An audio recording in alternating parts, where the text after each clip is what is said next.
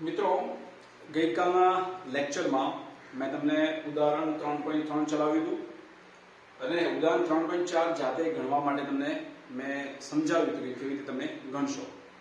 બુકમાં જે આપ્યું છે એ પ્રમાણે પણ ગણી શકાય, પણ મેં તમને કંઈક અલગ રીતે સમજાવવાની વાત કરી હતી. કેટલાએ ટ્રાય કર્યો હશે, બરાબર, એવી આશા રાખું છું. સમજ ન પડી હોય તો ઉદાહરણ 3.4 અહીંયા તમને સમજાવું છું અને 3 માર્ક્સમાં મોસ્ટ આઈએમપી છે એને આપણે આઈએમપી કરી લઈશું, બરાબર છે મિત્રો. અહીંયા તમને જે વાત કરી હતી કે એક અવરોધ માટેની વાત હતી, એક પ્લેટિનમ અવરોધ ધરાવતા એક થર્મોમીટરમાં આપણે વાત કરેલી હતી. તો એના માટે વાત એવી હતી કે એને આપણે બરફના તાપમાને રાખીએ, બરાબર છે. બરફનું તાપમાન એટલે કે 0 સેલ્સિયસ એ આપણું સંદર્ભ તાપમાન કહેવાય અને એ તાપમાને જે અવરોધ છે એટલે સંદર્ભ તાપમાને અવરોધ અને સંદર્ભ તાપમાને અવરોધ જે છે R0 શબ્દ વાપરીએ છીએ. તો 0 સેલ્સિયસ તાપમાને એ જે પ્લેટિનમ રેઝિસ્ટર છે તમને આપેલું છે, જે થર્મોમીટર છે, એનો જે મૂલ્ય છે અવરોધનું એ 5 ઓહ્મ છે. બીજું જે આપેલું કે એને આપણે વરાળનું ટેમ્પરેચર રાખીએ તો વરાળનું ટેમ્પરેચર કેટલું લેશો તમે? 100 સેલ્સિયસ. તો એ બીજું તાપમાન જે આપેલું છે એને આપણે T બોલીશું અને એ તાપમાન જે અવરોધ છે એ આપણો R 5.23, બરાબર છે મિત્રો. તો આ આપણું સંદર્ભ થયું અને આ બીજું થયું. અહીંયા આલ્ફા તમને આપેલો નથી અને એના સિવાયની પાછી આગળ વાત કરી છે કે એ જ વસ્તુને આપણે જો હીટ બાથમાં રાખીએ, હીટ બાથમાં એટલે આપણે 100 સેલ્સિયસ કરતાં પણ ઊંચું તાપમાન આપીએ છીએ. તમને કેવી સમજ પડી? તો અહીંયા 5.23 છે, તાપમાન વધશે તો અવરોધ વધવાનો છે, તો અવરોધ કેટલો થાય છે? 5.795. તો મેં ત્યાં સિમ્બોલ આપ્યો છે R ડેશ. અહીંયા R અને R2 પણ લખી શકો છો. બીજું જે આપ્યું તેને R અને T બોલ્યા. ત્રીજા નંબરની જે વાત કરી એમાં આપણે R ડેશ શબ્દ વાપર્યો કે હીટ બાથમાં રાખવાથી એનો અવરોધ થાય છે 5.795. એ હીટ બાથનું તાપમાન કેટલું હશે તો આપણે બોલ્યા કે T ડેશ, બરાબર છે મિત્રો. તો અહીંયા આપણે કામ શું કરીશું? તો પહેલા જે બે મુદ્દા આપેલા છે એના પરથી તમને આલ્ફા મળી જશે, બરાબર છે. અને ફરી પાછું એ જ સમીકરણ એપ્લાય કરીશું, પણ એમાં સંદર્ભ આને આ રહેવા દેવાનું, બરાબર છે. આ ચેન્જ કરી દેવાનું, એમાં આનો ઉપયોગ કરી લેવાનો બીજા સમીકરણમાં, એટલે એમાં તમને T ડેશ મળી જશે. એટલે પહેલી 4 વસ્તુ પરથી તમે આલ્ફા શોધો. તો જોઈએ આપણે કેવી રીતે આપણને આલ્ફા મળશે. આપણે સમીકરણ જાણીએ છીએ, અવરોધ અથવા અવરોધકતામાં તાપમાન સાથે શું ફરક પડશે. તો આવું સમીકરણ જાણીએ, R બરાબર R0 1 plus alpha T minus T0. આ સમીકરણ આપણે જાણીએ છીએ, બરાબર. કિંમત એપ્લાય કરી આપણે તો R એટલે કેટલું લેશો? 5.23. પહેલી બે ઘટના લેવાની આપણે. R0 એટલે 5, 1 પ્લસ આલ્ફા, આલ્ફા આપણને ખબર નથી, T એટલે વરાળનું તાપમાન 100 અને T0 એટલે બરફનું તાપમાન એટલે 0. આવું આપણે આપેલું છે. અહીંયા લખીએ 5.23, આ 5 અહીંયા છેદમાં આવશે, 1 પ્લસ 100 આલ્ફા. 5.23 ભાગ્યા તમે 5 કરશો એટલે આપણો જવાબ જે થશે 0.046, 0.046, બરાબર છે. આ 1 આ બાજુ લાવો, બરાબર. શું થશે અહીંયા? સોરી, આ 1.046, બરાબર. 1 આ બાજુ લાવે એટલે -1 થશે, ઇઝ ઇક્વલ ટુ 100 આલ્ફા. આ 1.046, બરાબર છે. 1.046 માંથી 1 ગયા એટલે રહેશે 0.046 ઇઝ ઇક્વલ ટુ 100 આલ્ફા. આલ્ફાને કરતા બનાવીએ તો 0.046 ભાગ્યા 100 એટલે આપણો આન્સર થશે, 100 ઉપર ગયા, 10 થી -2 ઉપર આવ્યા. તો અહીં તમે જુઓ 1 2 એટલે 4.6 લખું તો 10 થી -2 અને બીજા 10 થી -2 એટલે 10 થી -4.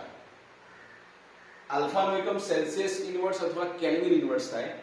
અહીંયા આ બધું વાતો જે સેલ્સિયસમાં છે તો આલ્ફાનો એકમ લઈશું આપણે સેલ્સિયસ ઇન્વર્સ. જો તાપમાન કેલ્વિનમાં હોય તો આપણે કેલ્વિન ઇન્વર્સ લઈશું. બોલો મિત્રો, આલ્ફા મળી ગયો આપણને.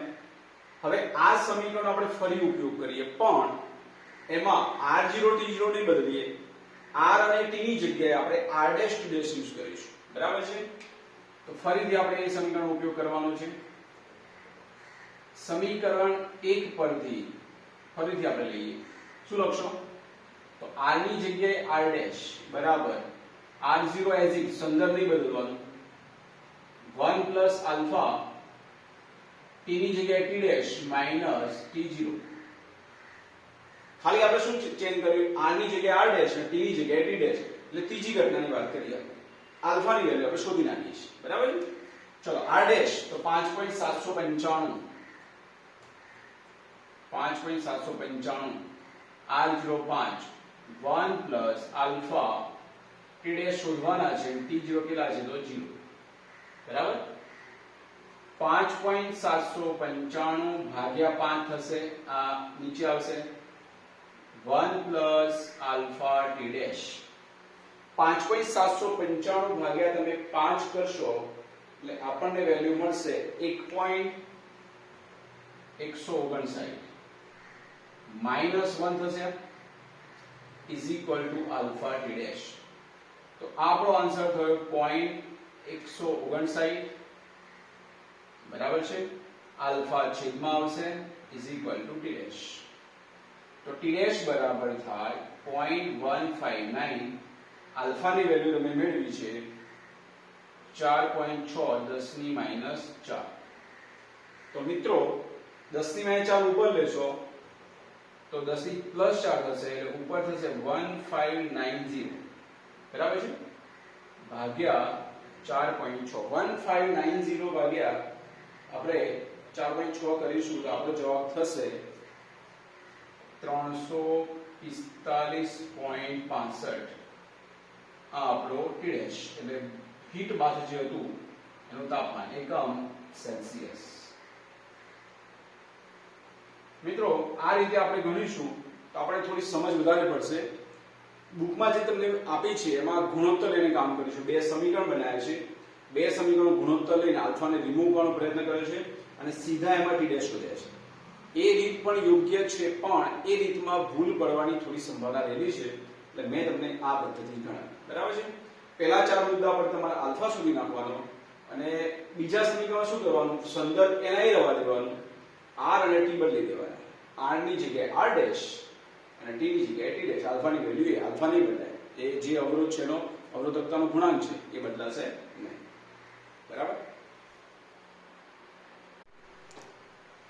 મિત્રો આપણો નેક્સ્ટ જે ટોપિક છે વિદ્યુત ઉર્જા અને પાવર જેના પરથી થિયરી ખાસ પૂછાતી નથી પણ આપણે એને થોડીક સમજૂતી મેળવીશું અને કેટલીક વ્યાખ્યાઓની વાત કરું એ પણ આપણે યાદ રાખીશું પણ એના પહેલા તમને મેં ગઈકાલે એક પ્રશ્ન કર્યો હતો જ્યારે આપણે કાર્બન અવરોધની વાત કરી ત્યારે મિત્રો તમને કાર્બન અવરોધ કદાચ મજા આવી હશે બરાબર અને મેં એક પ્રશ્ન કર્યો હતો કે આપણો જે રાષ્ટ્રધ્વજ છે ભારતનો એમાં ઉપરથી નીચે આપણે રંગ લઈએ તો 3 રંગ થશે એના આધારે આપણે નીચે અશોક ચક્રનો જે અંદર બ્લેક રંગ છે ગણવાનો નથી બરાબર 3 પટ્ટા એના આધારે તમને કાર્બન અવરોધનું મૂલ્ય ગણવાની વાત કરી હતી તો ટ્રાય કર્યો હશે સમજ ન પડી હોય તો એ હું તમને સમજાવી દઉં કઈ પાછું આપણે રહી જશે વસ્તુ તો મિત્રો રાષ્ટ્રધ્વજની વાતો કરીએ આપણે ઉપર જે રંગ આવશે પહેલો જે રંગ છે કેસરી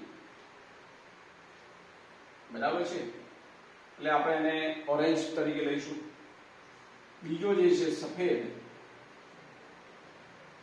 અને ત્રીજો જે છે આપણો લીલો રંગ હવે આ ચોથો પટ્ટો નથી એટલે નન એક પણ રંગ નહીં એટલે આપણે ટોલરન્સ દર્શાવે છેલ્લો જે પટ્ટો છે શું દર્શાવે છે સહનશીલતા તો શું કરવાનું તમે તમને સૂત્ર સમજાવ્યું છે એ પ્રમાણે પહેલા લખી દેવાનું સૂત્ર શું હતું આપણું બી બી રોય જી બીવીજી કેવા છે વ્હાઈટ ગોલ્ડ એન્ડ સિલ્વર અને છેલ્લું નન હવે જુઓ મિત્રો આ 0 થી સ્ટાર્ટ થાય 0 1 2 3 4 5 6 7 8 9 પ્રથમ બે પટ્ટા તમારે અહીંયા જોવાના છે બરાબર છે તો આ જે અવરોધ બનશે આના અનુસંધાનમાં એ શું બનશે તો કેસરી ઓરેન્જ બરાબર છે એટલે 3 નંબર પછી સફેદ એટલે 9 વ્હાઈટ સમજ પડી તમને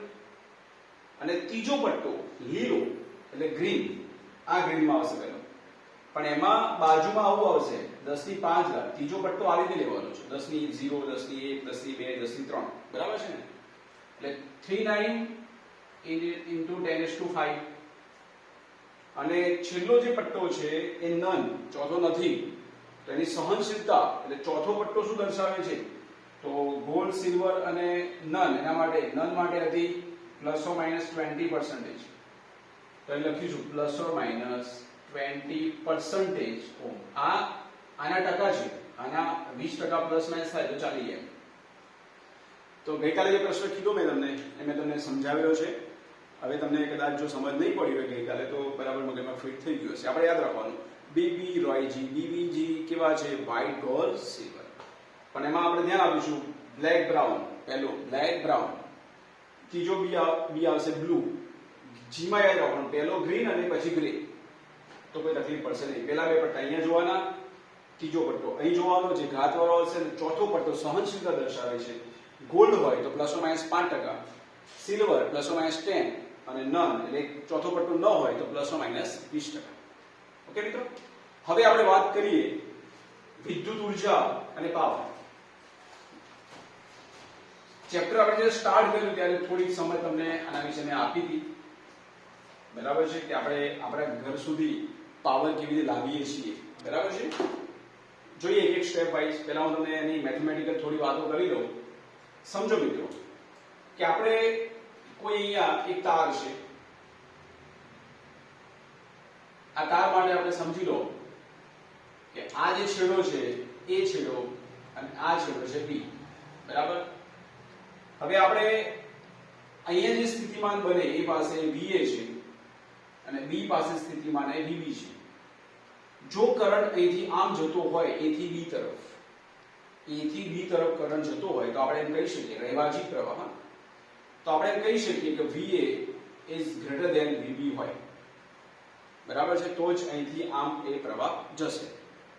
હવે આના અનુસંધાનમાં આપણે એની સ્થિતિ ઊર્જાનો ફેરફાર લેવો છે કે અહીંયા સ્થિતિમાન કેટલું હોય, અહીંયા સ્થિતિમાન કેટલું હોય. તો સ્થિતિમાન ગણતા તમને આવડે છે કે U આપણે કેવી રીતે ગણી શકીએ. તો U આપણે ગણવું હોય તો જે કાર્ય જે આપણે કરીએ એ કાર્યના ભોગે જ આપણને સ્થિતિ ઊર્જા પ્રાપ્ત થતી હોય, બરાબર છે.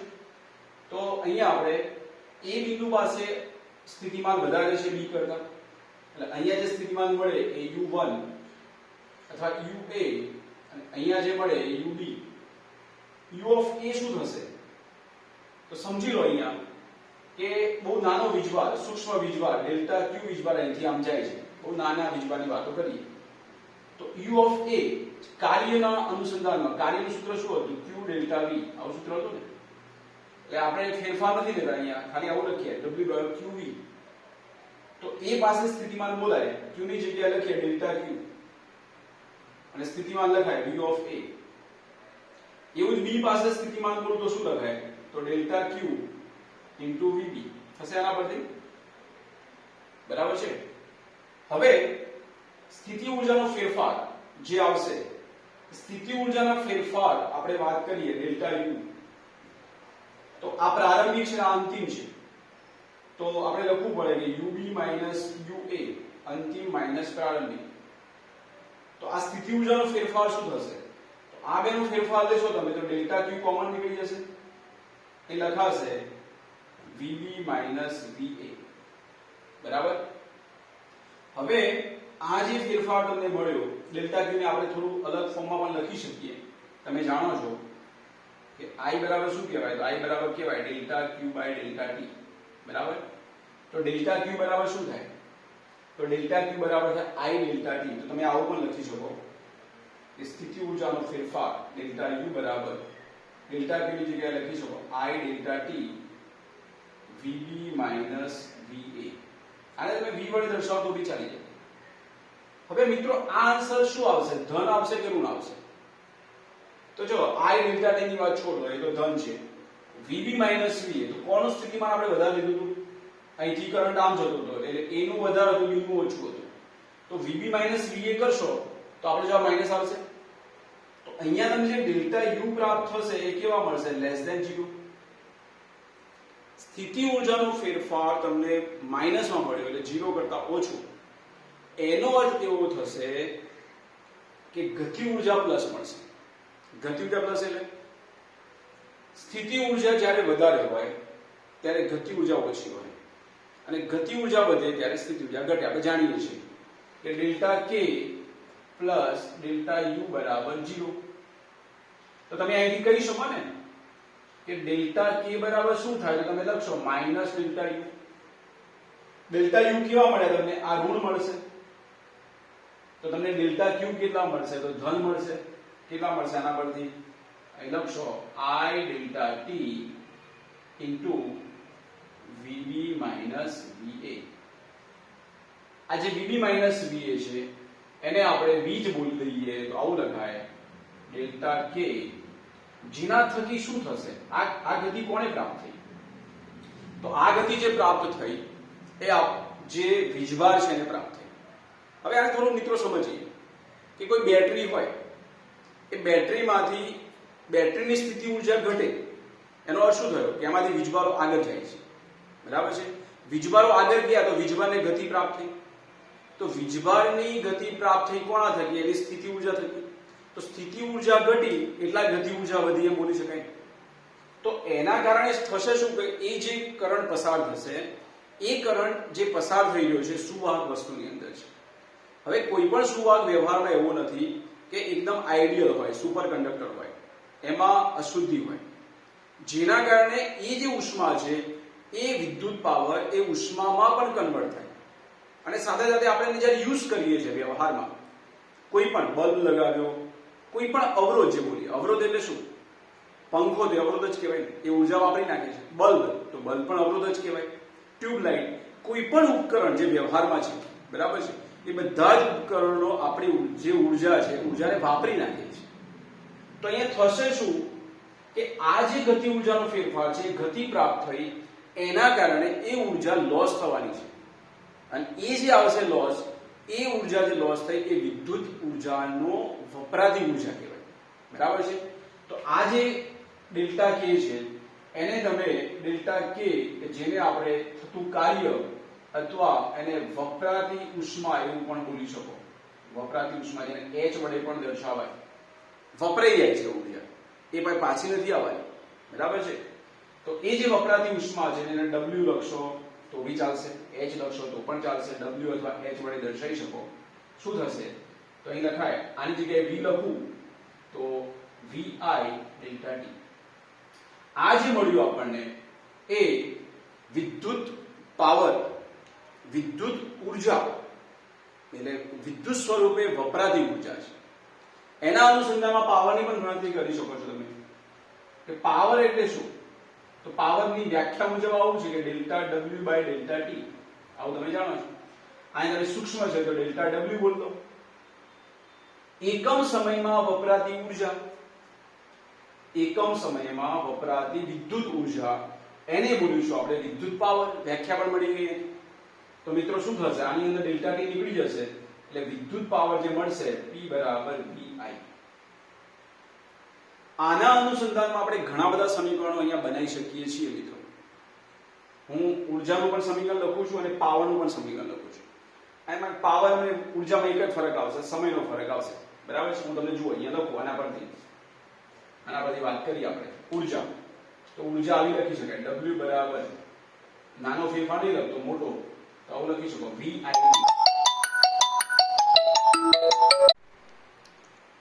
W બરાબર VIT એટલે લખી શકાય. આમાં તમે અલગ અલગ સ્વરૂપ આપી શકો છો. દાખલા તરીકે તમને એ કહેવામાં આવે કે આ સમીકરણ જે છે એમાં V ની જગ્યાએ તમે આવું લખો કે V બરાબર I into R. બરાબર છે? ઓહમના નિયમ મુજબ. તો આ સમીકરણ શું થશે? તો W બરાબર V ની જગ્યાએ IR મૂકશો તો આ સમીકરણ થશે I2RT. બરાબર છે? અથવા એની અંદર તમે એવું પણ કામ કરી શકો કે આ સમીકરણમાં I બરાબર V upon R લખી શકાય. તો આ સમીકરણ જે છે એમાં V ની કિંમત એપ્લાય કરી એની જગ્યાએ I બરાબર V upon R મૂકો તો આ સમીકરણ શું થશે? તો આ સમીકરણ થશે, જુઓ, V ની જે I ની જગ્યાએ V upon R મૂકો તો આવું થશે V2 upon R into T. મિત્રો તમે અલગ અલગ ટાઈપના સમીકરણ બનશે. આ એ ઉર્જાનું સમીકરણ છે W બરાબર VIT, W બરાબર I2RT, W બરાબર V2 upon R into T. ક્યારે કયું સમીકરણ વાપરવું એ બહુ જ મુશ્કેલ કામ થશે એવું તમને લાગશે વખતે. પણ તમને થોડી સમજૂતી આપી દઉં કે જ્યારે આપણે શ્રેણી સમાંતરની વાતો કરતા હોઈએ ત્યારે આ સમીકરણ જે છે I²RT એ તમારે શ્રેણીમાં વાપરવાનું. કેમ કે શ્રેણીમાં પ્રવાહ વિભાજન ન થાય, પ્રવાહ બધામાં સેમ હોય. કોઈ 3 અવરોધ જોડેલા હોય, કોઈ અવરોધ 2 અથવા 3 આ રીતે શ્રેણીમાં જોડેલા છે તો આ બંનેમાં કોમન શું હોય? તો આ બંનેમાં વોલ્ટેજ બદલાઈએ પણ બંનેમાં શું ઇક્વલ હશે? તો પ્રવાહ અને વીજભાર. તો એ વખતે આપણે આ સમીકરણ લેવાનું. એટલે આ સમીકરણ શામાં યુઝ કરવાનું? જનરલી શ્રેણીમાં. તો તમને ખબર છે અહીંયા I નથી, V છે. તો સમાંતર જોડાણ હોય તો V બંનેમાં અચળ હોય. તો એવી જગ્યાએ આપણે એટલે મતલબમાં આપણે સમાંતર જ્યારે જોડાણ વાતો કરતા હોઈએ ત્યારે આ સમીકરણ લેવાનું. બરાબર છે? અને ઘણી વખત એવું થાય કે આપણે કોઈ પણ રીતે આનું સોલ્યુશન કરી શકતા હોઈએ છીએ. પણ આ સમીકરણ જે બનાવે એ આપણે બહુ સિમ્પલ W = VIT, એમાં V = IR મૂકો તો આવું થાય અને I = V/R મૂકશો તો આવું થશે. એના પરથી T કાઢી નાખો તમને, કારણ કે પાવર શું છે કે ઊર્જા ભાગ્યા સમય. તમે એને T રિમૂવ કરી દો એટલે પાવર થઈ જશે. જુઓ, પાવરનું એક સમીકરણ ખબર પડી VI, T કાઢી નાખો તો બીજું સમીકરણ શું થાય? એના પરથી T રિમૂવ કરો તો P બરાબર થાય ને I²R, રાઈટ? એવું જ પાવરનું ત્રીજું સમીકરણ થશે V²/R. આમાં પણ એવું જ લાગુ પાડવાનું કે આ સમીકરણ ક્યારે લાગુ પાડીશું આપણે? શ્રેણીમાં, કારણ કે શ્રેણીમાં પ્રવાહ કોમન. આ ક્યારે લાગુ પાડીશું આપણે? સમાંતરમાં. બરાબર? જોડાણ જ્યારે આપણે અલગ અલગ એક્ઝામ્પલ જોઈશું આપણે ત્યારે નીટ અને જી માં બહુ કામ આવશે. સમાંતર જોડાણ હોય તો આપણે આ સમીકરણ એપ્લાય કરવાનું. બરાબર છે? ઘણી વખત એવું થાય કે આપણે 3 પરથી પણ આપણે સોલ્યુશન એનું મેળવી શકીએ. ઓકે મિત્રો, આ થઈ ઊર્જા, વિદ્યુત ઊર્જા અને પાવરની વાત. એમાં એક પ્રશ્ન એવો પણ આવે છે એક વ્યાખ્યા તરીકે કે ઓહમિક વ્યય કોને કહેવાય? ઓહમિક વ્યય એટલે વાત એ છે વિદ્યુત વ્યયની જ વાતો છે. ઓહમિક વ્યય એટલે શું? ધ્યાન આપજો. કોઈ પણ આપણે વીજભારને જ્યારે ગતિ કરાવીએ, બરાબર છે? વીજભારને આપણે જ્યારે ગતિ કરાવશું તો એ વીજભાર કોઈ વાપરવાનું છે. વાપરવાનું કોણ? તો વ્યય કોણ કરે? અવરોધ. તો જે વિદ્યુત તમે આપો છો અને જે વીજભાર લઈ જાઓ છો એ વીજભાર જ્યારે ગતિ કરે છે ત્યારે અવરોધના કારણે એમાં જે લોસ થાય છે, બરાબર છે, એ જે ઊર્જા લોસ થઈ એને આપણે ઓહમિક વ્યય તરીકે લઈ શકીએ. એટલે આવી વ્યાખ્યા આપી શકાય, આવું બોલી શકાય. એના માટે હું તમને અહીંયા લખું છું ઓહમિક વ્યય માટે કે વાહકમાં વિદ્યુત ભારોએ પ્રાપ્ત કરેલ વિદ્યુત ઊર્જા, વાહકમાં વિદ્યુત ભારોએ પ્રાપ્ત કરેલ ઊર્જા જ્યારે ઉષ્મા ઊર્જા સ્વરૂપે વપરાઈએ. સમજ પડી કે ના પડી? તાર હોય તો તાર સુપર કંડક્ટર નથી, તો વિદ્યુત ઊર્જા જ્યારે જતી હોય ત્યારે શું થાય કે એ ઊર્જામાં લોસ થાય છે. એ ઊર્જા લોસ કેમ થાય? એ તાર ગરમ થાય છે, કાં તો એ અવરોધ છે એ ઊર્જા વાપરી નાખે છે. એટલે દાખલા તરીકે કોઈ આપણે પંખો ચાલુ કર્યો, ટ્યુબ ચાલુ કરી, એ બધા અવરોધ જ કહેવાય. તો એ વિદ્યુત ઊર્જાનું જ્યારે ઉષ્મા ઊર્જામાં રૂપાંતરણ થઈ જાય, બરાબર છે, એના કારણે જે લોસ આવે એને આપણે ઓહમિક વ્યય તરીકે અહીંયા બોલીશું. બરાબર છે?